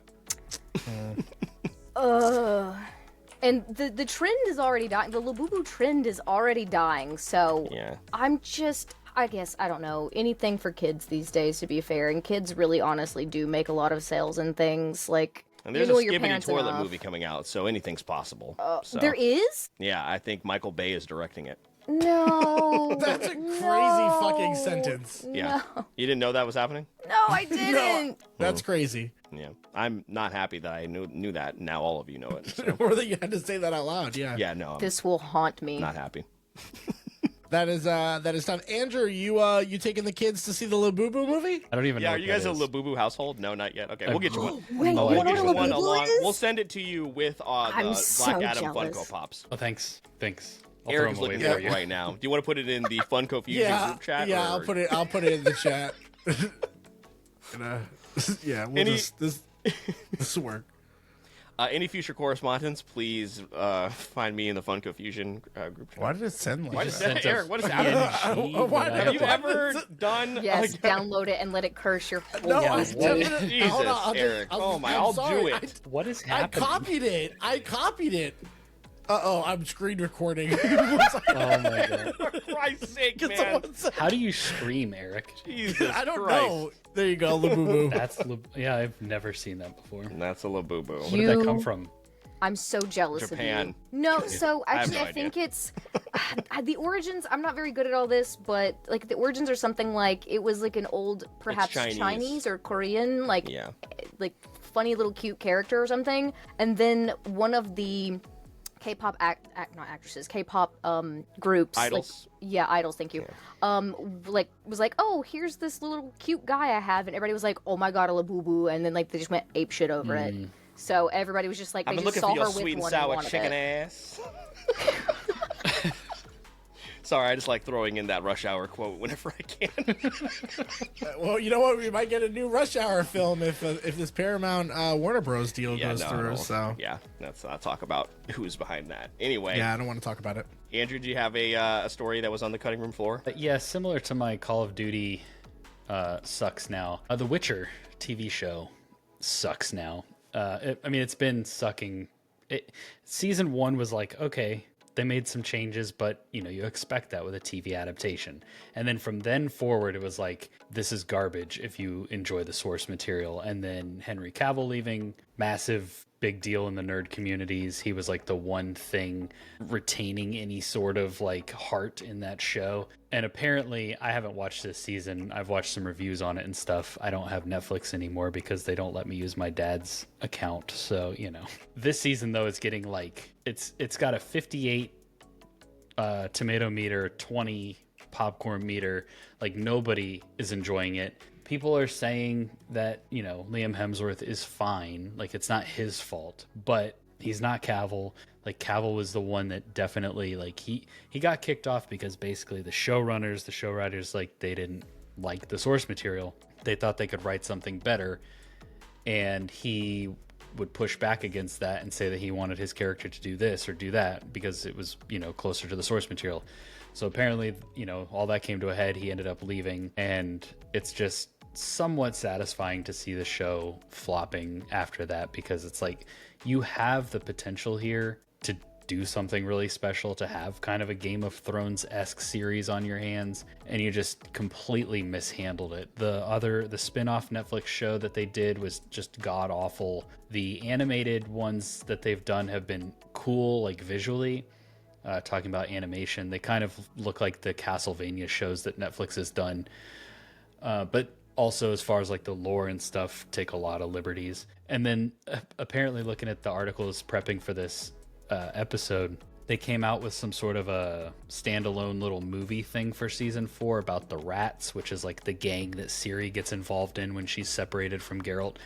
And like apparently that movie is doing terrible for Netflix. Like it didn't rank at all. It's getting panned. So they filmed season 4 and 5 together apparently. So season 5 will come out, but there probably won't be any other spin-off things happening, at least not for a while. So hopefully we can put this attempt to bed and get some sort of a good adaptation in a few years. We'll let this rest for a while and somebody else can take a crack at it. Because, yeah, there's a lot of potential there for something awesome, but Netflix just completely botched it. It's so crazy how the same studio can, and not just, this isn't Netflix specific, but a studio can like knock something out of the park and then completely fuck up something else. So, you know, it's similar feelings to how I had, you know, with The Last of Us season 2. I was going to say, are you talking about Last of Us? Just a complete disaster. So, yeah, that is definitely a bummer. Because like you said, that world is just ripe for, if you want to do live action storytelling, there's a way to do it. So, when they had the one actor, well, I don't know if he's the one actor. Apparently Vin Diesel's also a big nerd. But they had like the one actor that has like the heart of the gamers and the nerds and really cares. Vin Diesel as The Witcher. Oh God. I'm sure he would love to do it. You solved it. Didn't he do the like last Witch Hunter movie or something that was like a movie he wanted to make because it was his D&D character or something? It wasn't... Oh, what was that? I forgot what it was called. Vin Diesel. Wasn't it a superhero movie? No, he was like a witch hunter or something or another. Oh, I'm thinking of Bloodshot. Oh, yeah, no. Yeah, no. But yeah, when Henry you lose that Cavill- voice. Go ahead. Henry Cavill was he was like really, really big into wanting to do this role because he loved it so much. So yeah, that was very disappointing to see that he left the show because of the creative differences, and it's very upsetting because I don't know when they're going to start listening to us. I really don't. I don't understand why they keep changing source material stuff, and people, that's all they want. Yeah, I hope Fallout Season 2 is good. We'll see how that happens with New Vegas. Eric, I'll go with mine. Yep. Brendan Fraser and Rachel Weisz are returning for a new Mummy film. It will be The Mummy 4. Cannot wait to see Brendan Fraser. I'll watch that man do anything at this point. And then the other one, there is a Far Cry TV series coming from FX with Noah Hawley And I'm going to call him Rob McElhaney. I'm not going to call you Rob Mac. I don't know what Ryan Reynolds... I was so confused when I pulled up the article. I was like, who the fuck is Rob Mac? I'm not going to call... I don't know what Ryan Reynolds has done to you, Rob, but you can come back. We can save you. Blink twice if you need saving. I feel like that's something his character would have done in It's Always Sunny. It's Always Sunny, 100%. Call me Rob Mac. Yeah. Like, I'm not going to fucking call you that. Like when he was real swole, you know, he'd be like, I'm Rob Mac now. Yeah. Yeah. So, yeah, Far Cry TV series on the way. We'll see what happens there. Ubisoft has been knocking him out of the park, so that'll be good. I can't wait to see... let's see, who's it going to be? Bryan Cranston climb to the top of a tower to reveal the map. I'm very excited for that. You only see his hands, though. Yeah, it's a first-person Far Cry show. Yeah. But it's Far Cry 2, and he gets... What did you always used to get sick with in Far Cry 2, the one that was in Africa? You always used to get... was it malaria? I think so, yeah. Yeah. Yep, so there you go. Yeah, malaria. So, Episode 2, can't wait. Malaria. Crazy. So yeah, Mummy. Sid, what's your relationship to the Mummy and to Far Cry? Any love for either of those? I mean, I watched The Mummy when I was a lot younger, but I did really enjoy it. I can't really pinpoint anything that I remember, though, and I'm sure that somebody's screaming as well about that, because I have a lot of friends that are really obsessed with The Mummy, but I just remember it being a really good movie. We saw that, Phil, for the 25th anniversary, some type of anniversary showing in theaters. Oh, I gotta tell you, great rewatch if you ever get around to it. Experience. Yeah, it's great. Yeah, I think I definitely will get around to watching it again, because I've definitely had a lot of people mention it at the mention of the newer one coming out. But Far Cry, I've only played one of the games and I really enjoyed it, and I think I was just playing on somebody else's console at the time when I played it, so it's been a while. But I actually picked up one of the, I don't know if it was Far Cry 3 or not, but I picked that up on Steam more recently, and I definitely intended to play it again. So Three's the best one. Yeah. Yeah. Three's the best one. Is it? Okay, good. That makes me happy. 3 is the best one. Honorable mention to Blood Dragon, which is the DLC. Dragon also fucking slaps, excellent. Dude. Yeah. So good. Right. I bundle that in with 3. That was the whole Far Cry 3 era, ecosystem is great. Yeah, it was great. 4 wasn't bad, but 5's not bad. It peaked at 3. Yeah, 5's also not bad. None of them are terrible. They're It's just once you've played one, you've kind of played them all. So yeah, fair. All right, Eric, you want to explain how the Discord roundup goes now? Yeah, so we have a Discord roundup where we go over all of the stories, or at least the most notable ones, in our pop culture news channel from Discord. So join us there if you want to continue the conversation more and not have to wait till this episode to find out what you missed for the month. Normally, this is the part of the episode where we have still tried to figure out in a way to do all of this effectively, and it has been very very mixed bag. Phil, why are you using the raise hand feature? I just want to let you know I got a free appetizer to Texas Roadhouse for my birthday, so I just you've never used that feature. I didn't want to cut in. I thought the recording stopped. I thought we were going to start all over. Don't do that. But what we are going to do is for the Discord roundup, we're going to do something different, and we are going to go story by story. But Phil came up with this idea, is that we're all going to have an answer in one sentence to that story. So whether or not you know anything about it, in one sentence, you're going to react to the story and or headline that I give. We broke Sid. Sid, yeah, this is the one thing that has fundamentally changed. We actually did kind of lie earlier. And it could be nothing. You could literally just say, pass. I don't give a shit about this. Yeah, that too. It is totally okay. So we're going to get started, and we'll do an easy one. Look, we're going to do an easy one, Sid. Don't worry. One of our news that came out, and this is so early, K-Pop Demon Hunters 2 is aiming for a 2029 release on Netflix. It's so long of a wait, but it is confirmed and it is coming. Phil, one sentence thought. Good, take your time. Great. Sid. Go to the next person.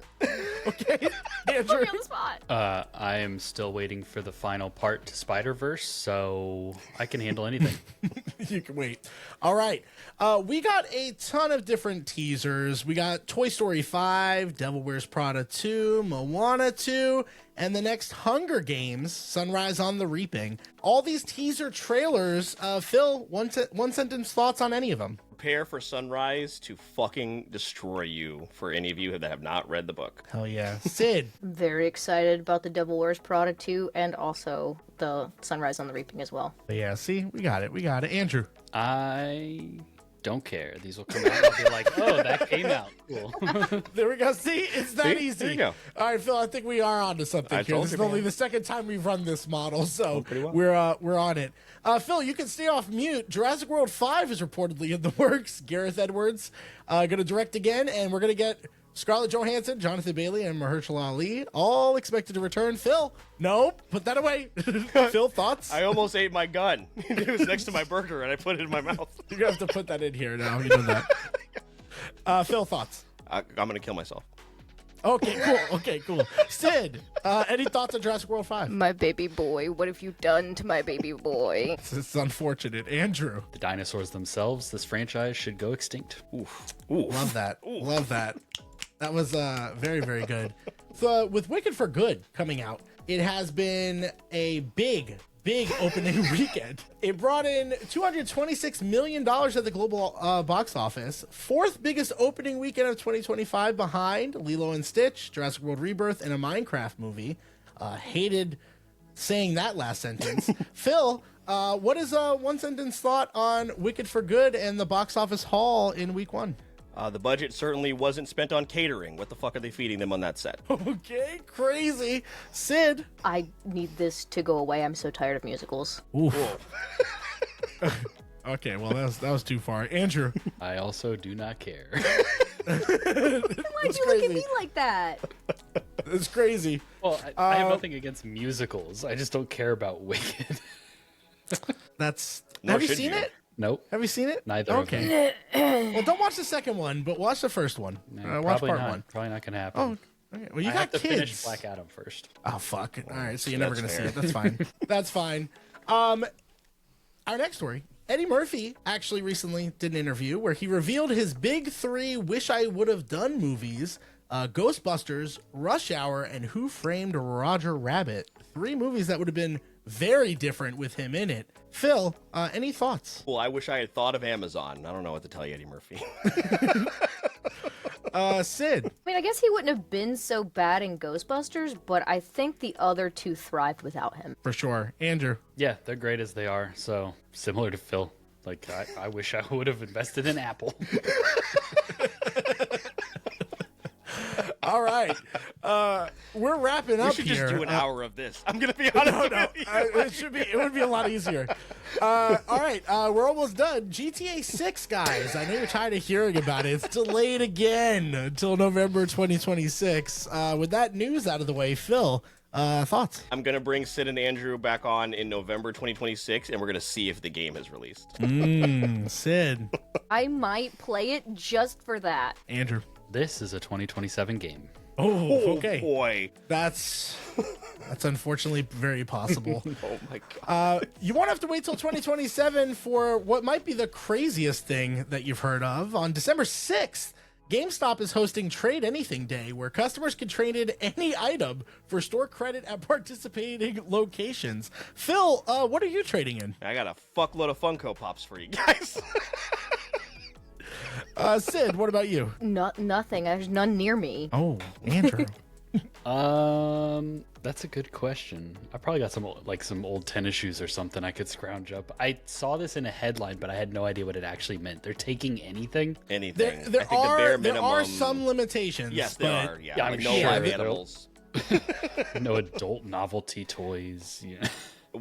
Which people have been ignoring the no live animals for years because people bring their cockroach infested consoles in all the fucking time, so they don't. Yeah. They What don't what abide is by the those goal rules. of this? Is this going to save the business? Do we really effort. want to question anything that GameStop Fair is enough. doing? I might bring in a couple Funkos to see what I just They're like, "No, we already out of have this." curiosity. You know, too fucking What bad. would Trade you anything day. lose, Phil? What would you lose?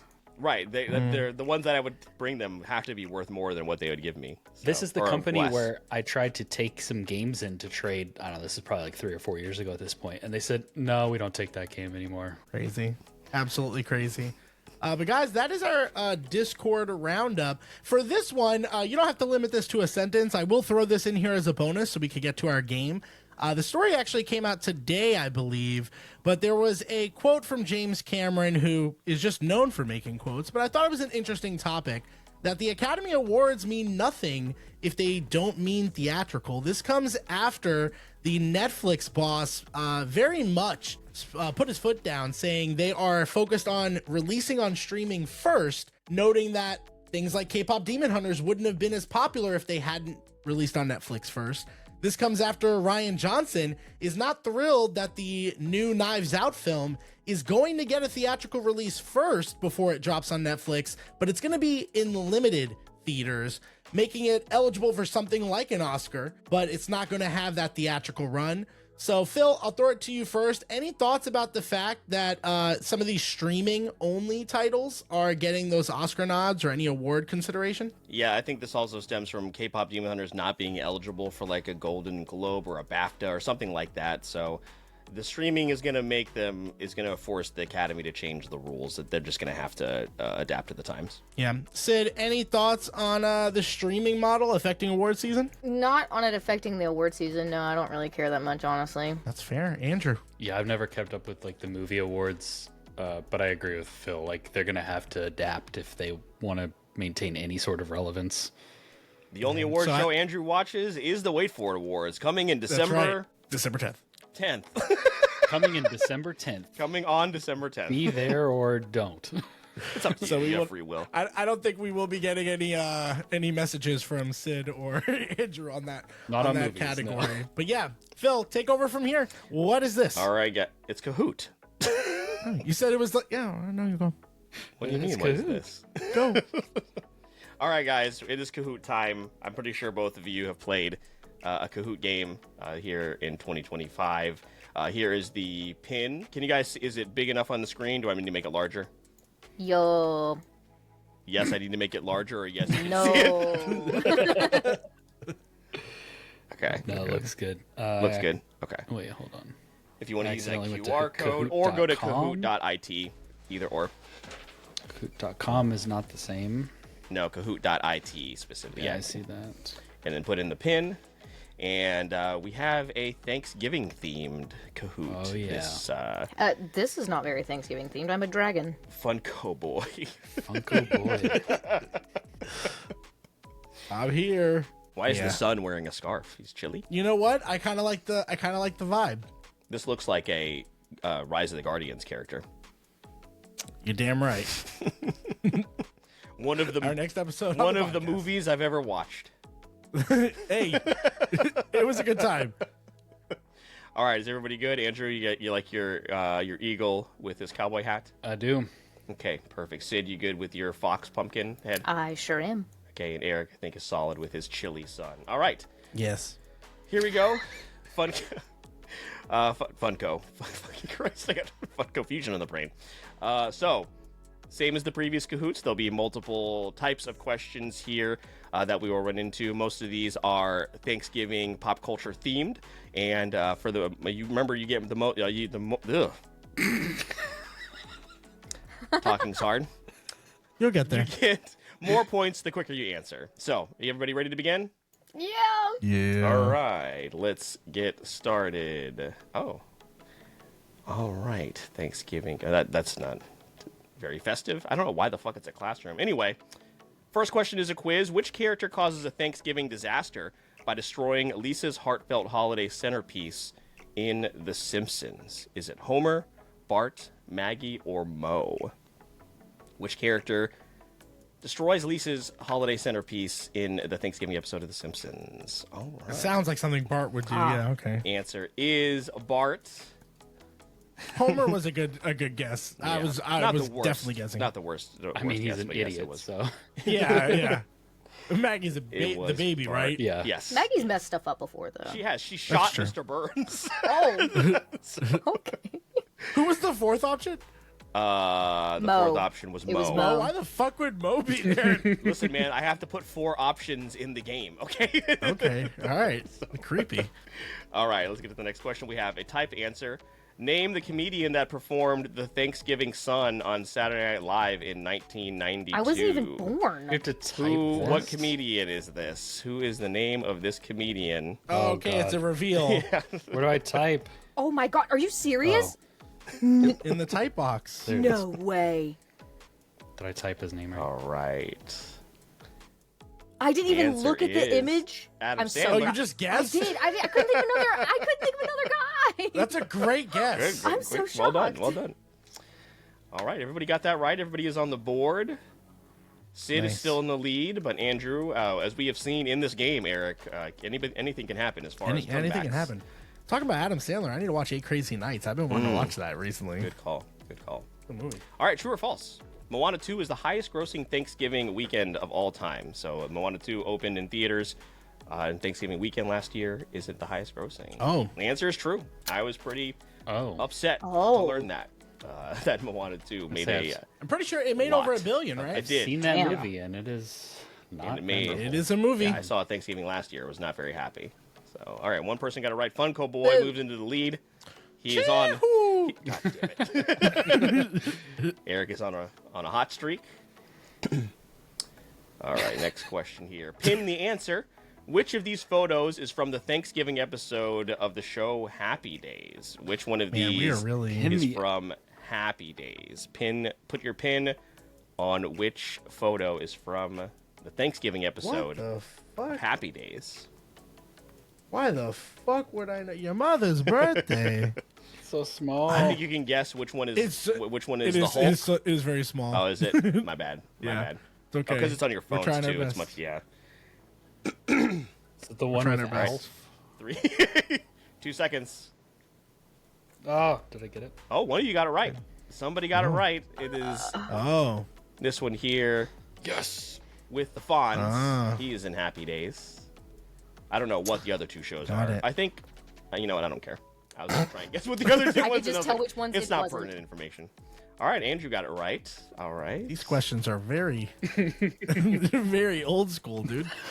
Thanksgiving, man. It's the Okay. Thanksgiving episode is Hey. a lost art. Yeah, no, I see that. We're going back to Happy All right, Days. Slider. According to Okay. Wallet Hub, how much will the average American spend over the 5-day Thanksgiving period? So between Wednesday and Sunday, how much money will they spend? Between $200 and $250. How much do you guys think? Between 200 and 250? Yep, over that 5-day weekend. And this is between dinner, Black Friday shopping, everything. I thought it'd be much Average higher, American. but Yeah. anywhere between 200 and 250. All right, I think Oh, one of okay, you we all went might high. be close. Yep, Oh. it's 235. So who put 234? Me. Damn. All right, you get some points for that. There you go. Yeah, I thought it would definitely be. Andrew, you much just more. you just guessed maxed out. 250. I mean, we spent 300 in the grocery store earlier this week, so Yes. There you go. Does this count for? Does this consider inflation Right. at all?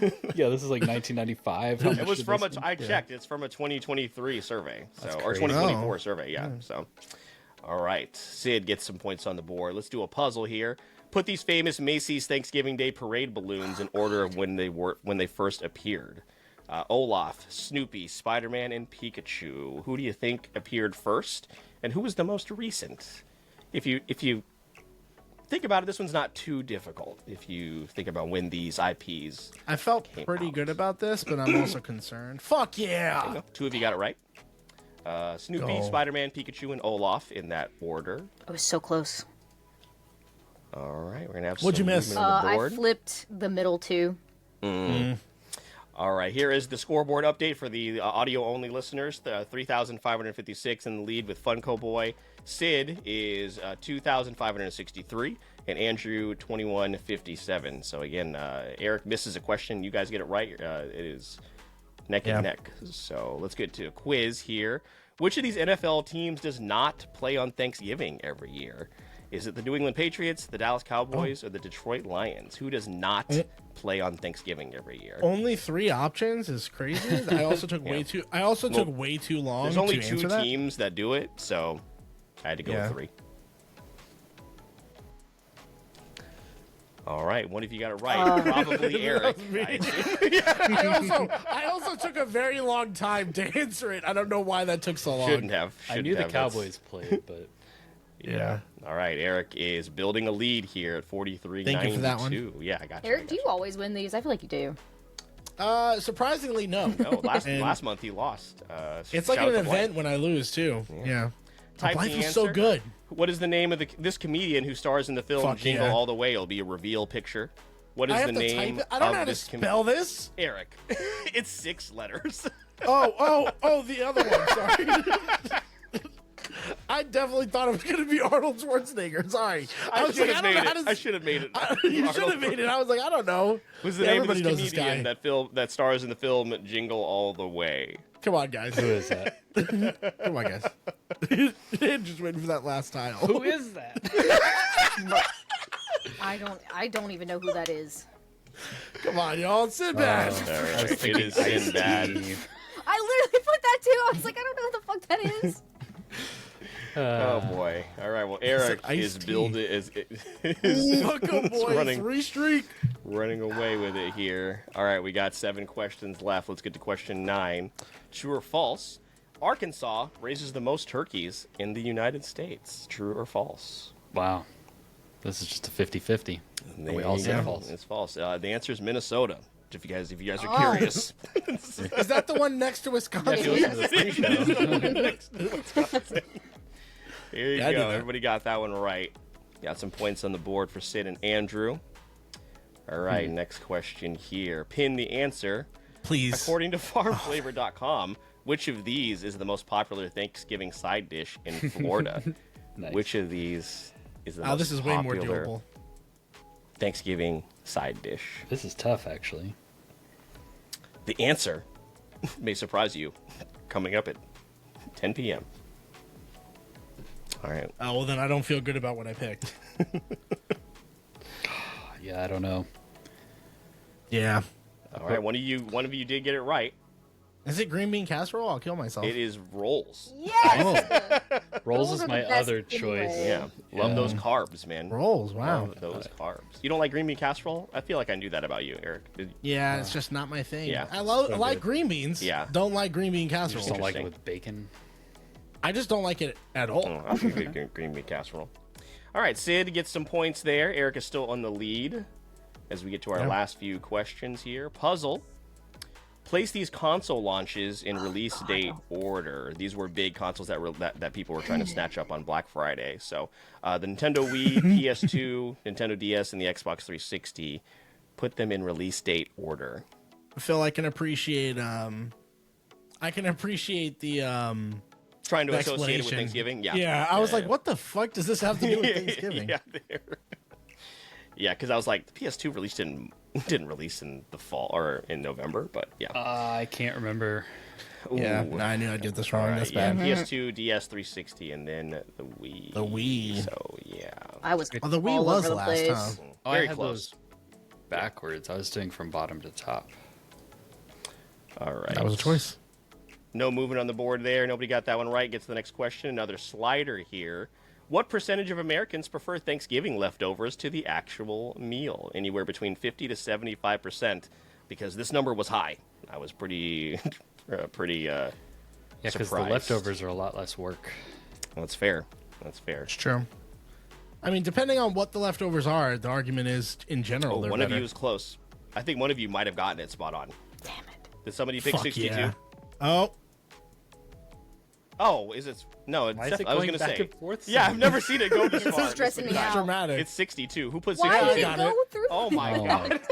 Okay, guys. dude, I'm I killing think it. Eric might have right. I might have just put the nail in You the guys coffin. might be out of striking distance. Why do I for keep this going one. So, back I with think these? Eric so. has an even 7,200, Sid with 4,371, and Andrew at 3,091. If you guys combine your scores, I think you'd be in the lead. We could do a 2-for-1. We could do 2v1. Nah, that's so easy. All right, Don't next lump question. me with Type him. the answer. Whose Christmas album is this? We have another reveal, another photo reveal. Whose Christmas album is That's this? not a Thanksgiving question. Yeah, and, No, Right. I spelled it so wrong. I missed a major letter. I'm so mad. I can't wait to see what it was. Can you All see it? It should pop up. For some reason, the other answers aren't popping up. I don't know why. Oh, it's no? not I doing that. typed. Yeah. I typed in AYNC. The Yink. That's My favorite boy I'm band, so the Yink. sad. That's unfortunate. That is Don't lump me in unfortunate. with her. Hey, I'm still right. above you. It's fine. Couple questions left. We do have a fight for second place, as Eric has comfortably taken the lead here. Sid has 43.71 and Andrew 38.38. Let's get to the next question. Pin the answer. Which one of these No! Fast and Furious characters is named Giselle? Nobody knows. Who the fuck is Giselle, dude? Which one of these Fast and Furious characters is named Giselle? I'm gonna go out on a limb. Ooh. I think you've gotten one of these right, Eric. So It was once, yeah. yeah, It was like I am running out of I characters. knew it I'm too. gonna have to find a new character wall. A new thing. Yeah. Just for more Fast and the Furious characters. This is crazy. Just do cars from Fast and the Furious. Yeah. All right, 2 people got it right. Damn it. Fuck yeah. Finally. She just It looks like a is- Giselle. She does look like a Giselle. Yeah. Respectfully. It is Gal Gadot, whatever the fuck. Who cares? She seems like she would have been like, and name my character Giselle. Yeah, that's fair. All right, Sid. Fuck yeah. Yeah, with a comfortable 51-79 to 38-38 lead here as we go into the last question, which I believe is multiple choice. Yes. In the 1995 Friends Thanksgiving episode, which character gets their head stuck Easy in money. a raw turkey? Who gets Easy their head money. stuck in a raw turkey? Is it Ross, Chandler, Richard, or Joey? Oh. It's none of them. That was not the character I was thinking of. The picture's right here, Eric. No, I definitely was imagining Monica. Yep. Yeah. All right. But yeah, Everybody got it right there. Joey That's a is Joey the thing. correct answer. for sure. All What a right, let's guy. check the podium here. We don't Third have to. place, we have Andrew, 43.57. Sid in second with 60.98, and running away with it this month, guys. Eric at 97. 20. Is that 6 or 8? The thing. Okay, 26. The thing was the stop sharing button was in the way. Eric and his chilly son runs away Yep. with it this month, guys. Thank you so much for playing. Eric, congratulations on being back on the winner's circle here for Kahoot. And thanks for being my guinea pigs. I'm using this Kahoot again tomorrow at work when I host the meeting, the team meeting. Great. I think that was I a think So it it had to went- be work friendly? I think, yeah. Was there anything that wasn't? No, I was just saying. Okay. So it had to be. So hold on. There's no way you're gonna have the Fast and Furious one in there. No, though. I'm going to have to change that. No, you should leave Unfortunately, it I in. will have to change that. You should leave it Okay, in. cool. What if I I would what if think I started so. that at work too? It was always in every Kahoot. I also put the Fast and the Furious question. Every team meeting. It's a good wild card. Oh, all right. Well, thanks for playing, Crazy. guys. Kahoot again continues to be a lot of fun. In 26, though, I am going to start reincorporating Jeopardy. Now that we've gotten a full year of Kahoot, we're going to go back to Jeopardy because that's also a lot of fun. So, Sid, Andrew, thank you so much for being here. It's so good to see you guys. Sid, let's throw it to you first. Please let our audience know, and maybe it's their first time or they just need a reminder as to where to keep up with you and any appearances you got coming up and anything else you're working on, as well as where they can find your stream. Let the audience know before we wrap up. Well, thank you for having me. But yeah, you can find me on Instagram as _caught redheaded, caught like catching a ball, and then also on Twitch on Tuesdays and Thursdays, 8 p.m. Eastern Standard Time. The username for that is caught _redheaded. Yeah, and that's pretty much it. Awesome. And Andrew, where can everybody keep up with you? Again, I mentioned in the very beginning, you've dove into a newer endeavor when it comes to the YouTube space. So let everybody know where they can find all that and anything else you want to plug. Yeah, so previously I was here repping Neighborhood Gamers, which that stuff is still exists. It's still live if you want to go check it out. But currently I am working on a YouTube channel called Loyal Undead, which talks all about action RPGs, Souls-likes, Souls games. So I've been trying out a variety of different kind of formats and things that I like, whether I'm recommending games like, if you're trying to get into the genre, or, here's some 2D games that I would recommend if you typically play the 3Ds or whatever. Recently, actually yesterday, as of recording this, I uploaded 2 videos together on the same game called Echoes of the End, which is not a Souls-like. It's a much more traditional action adventure game, kind of like a AA God of War style game. But the developers, it's their first game. It's the first thing that they've done, and the game kind of launched a little bit rocky, had some technical issues, and they really have been very transparent, talking to their community and listening to feedback, and they've put out some massive updates, and the game is in a much better place now. And so I played it, and I wanted to talk about it on my channel and kind of shine a light on this game and this studio and what they were doing. So that's my most recent thing. But typically I'm talking about like Souls and Souls-like games. So if you're into those, if you're a freak like me, come check that out. Love to have you. Freak like me is crazy phrasing. Yeah, definitely check that out. Of course, everything for Sid and Andrew will be in the show notes of this episode. So appreciate you guys for hanging out with us, whether it was your first time or you're a returning listener. Make sure to also click the Linktree link in the show notes of this and every single episode to keep up with the Wait For It podcast. You can find us on social media, Instagram, TikTok, our growing Discord community, and we are also streaming on Twitch each and every single week. Make sure to give us 5 stars on whatever podcast player you are currently listening on. It is a great way to support the show. You can also support Eric and I individually, following him on his Twitch channel where he is streaming a ton. Follow me on social media at Phil the Filipino to keep up with a lot of my voiceover journey. And just to give you guys like a little bit of a teaser, you should come to Brick City Anime Festival for something really, really cool as far as a reveal. That'd be really neat. But yeah, appreciate you guys for all of the support. But maybe you're finding yourself wanting a little bit more from the podcast. You want the episodes maybe earlier or have a hand in the content that we're creating. Eric will let you know a little bit about that before wrapping us up for the evening. Yeah, so if you want to support the podcast a little bit extra, you can do that over on Patreon, where patrons of the show, Briar, T3 Kato, Vintage Macaroni, Corey from The World Is My Burrito, Nick Casbaro, the author of the Vidalarium series, and Botter from the Shortbox podcast are supporting us there monthly in exchange for things like behind the scenes and early access to episodes like this one. As we close out the year, we're looking for stuff to do next year, including the return of Patreon month, where you can have a factor into the episodes that we actually do every now and then. But if you can't do any of that, the free stuff is great. Make sure to check all of that out in the show notes, including for our guests, Andrew and Sid. But that is the end of our episode here. Thanks for joining us. My name is Mr. Eric Almighty. That is my co-host, Phil the Filipino. And just remember, for the podcast, we release new episodes every Wednesday. And all you have to do is wait for it.